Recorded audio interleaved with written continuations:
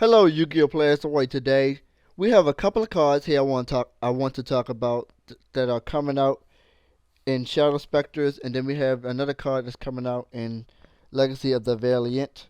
So the first card, this is it. Continuous Trap card. Everyone is raging about it. It's very good in my opinion. It allows you to normal summon any level 5 or higher fiend type monster without tributing. Now it kind of reminds me of Hall of the Fallen One, which is searchable by Hecatrice, and it's a spell card, continuous, which allows you to normal summon, or allows you to special summon any fairy type monster from your hand. But the difference is, this card is a trap card, it's continuous, and it's not searchable. And it doesn't let you special summon, it lets you normal summon, level 5 or higher. So it takes up a normal summon, unlike Hall of the Fallen. Now, the good thing is it's a trap. If it were a spell and you were able to normal summon a fiend type monster from your hand on the first turn, it would have been too broken, because you got cards like Vanity's Fiend. You could just summon it, and you and your opponent cannot special summon, and that can seal the game. You know how it is when people play Hall of the Fallen, or they have 4 fairy type monsters in the graveyard, and they summon Archlord Christia?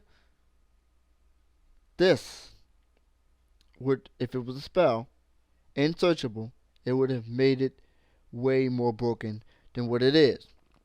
It also protects one fiend type monster. So, if one fiend type monster would be destroyed, you can send this to the graveyard instead. One level 5 or higher fiend type monster would be destroyed, and no other card. So only one. For example, if you have 2 fiend type monsters and your opponent plays Mirror Frost, you can't just protect one like Forbidden Lance.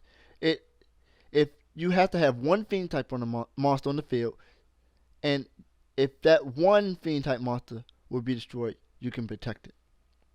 That's the only way it works. So, next card here, 1900 attack, light, generic, rank 4 exceed monster, that says if your opponent controls more cards than you, that's basically what it does. That's not what it does, that's what it reads. More cards, if your opponent controls more cards than you, you can detach one material from this card and destroy the field except itself. Now, you can only activate it during your main phase or your opponent's battle phase. And I really like it. It's your turn, nuke the field. You don't have to attack. You got rid of the field. It's their turn. Okay? They want to go into the battle phase with more cards than you. Nuke the field. Again. Nuke. That's awesome. And it's a quick effect. It's quick. Spell speed 2. Nuke that. I ain't gonna say that. So, some people are saying it's overpowered because it's generic 4 and you shouldn't run it, or they shouldn't even come out with the card. But here's the phrase people are saying: it's game changing. It's game changing. That's the phrase that people are saying. Instead of, oh, it's OP, like overpowered, or it's OD and they're overdoing it. It's simply, it's game changing cards here. So you can leave your comments about these cards. Tell me, what would you do with it? Well, especially the trap card. But the monster, we already know what you're going to do with that. You're going to nuke the field, it's obvious. But what strategies can you come up with this continuous trap card?